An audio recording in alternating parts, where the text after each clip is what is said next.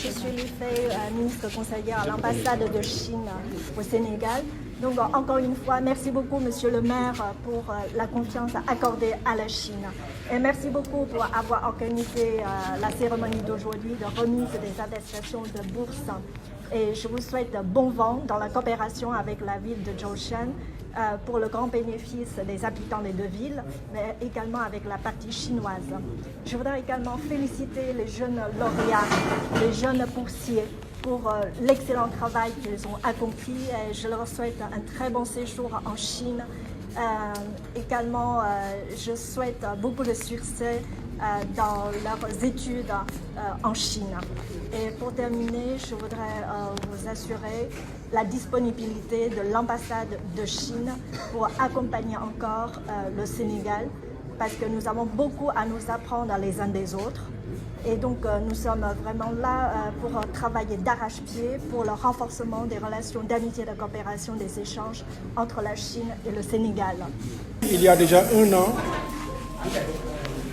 nous effectuons une visite très riche en Chine, notamment dans la ville de Zhoushan, avec laquelle nous avons signé un partenariat très ambitieux qui comprend plusieurs domaines, de l'éducation à l'environnement, à l'aquaculture. Et durant cette mission, durant ce voyage, nous avons pu découvrir, nous avons pu voir l'impressionnant développement de notre ville sœur. Et nous avons aussi visité toute la province et remarqué tout son potentiel, toutes ses avancées. Aujourd'hui, nous allons accompagner 3 de nos étudiants à Zhoushan.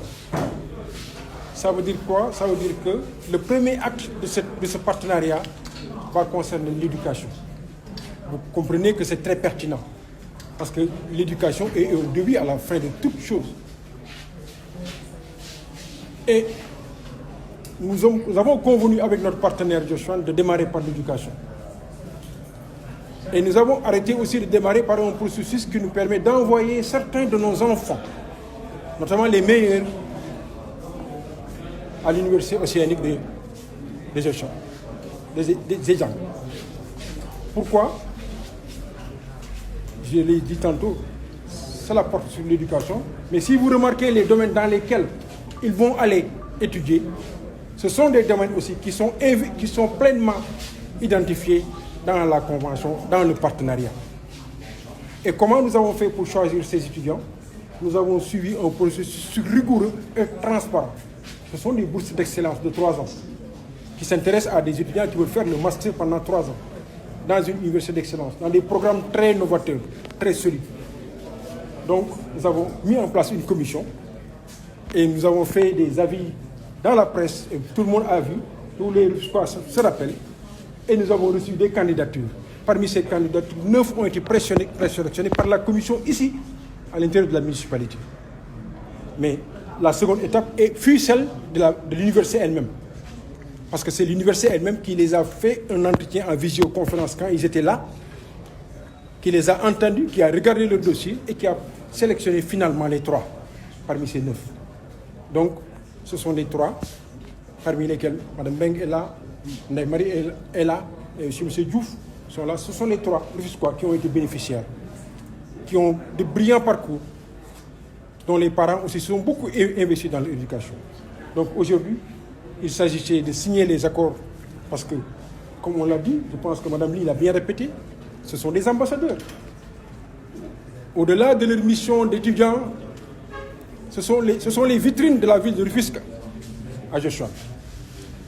Les populations de Rufisque, de Zhoushan, les autorités, à travers elles, à travers leurs pratiques, à travers les résultats, vont voir la ville de Rufisque. Donc ce sont nos ambassadeurs dans cette ville. Madame Lee disait que ce sont aussi des passerelles d'échange interculturels.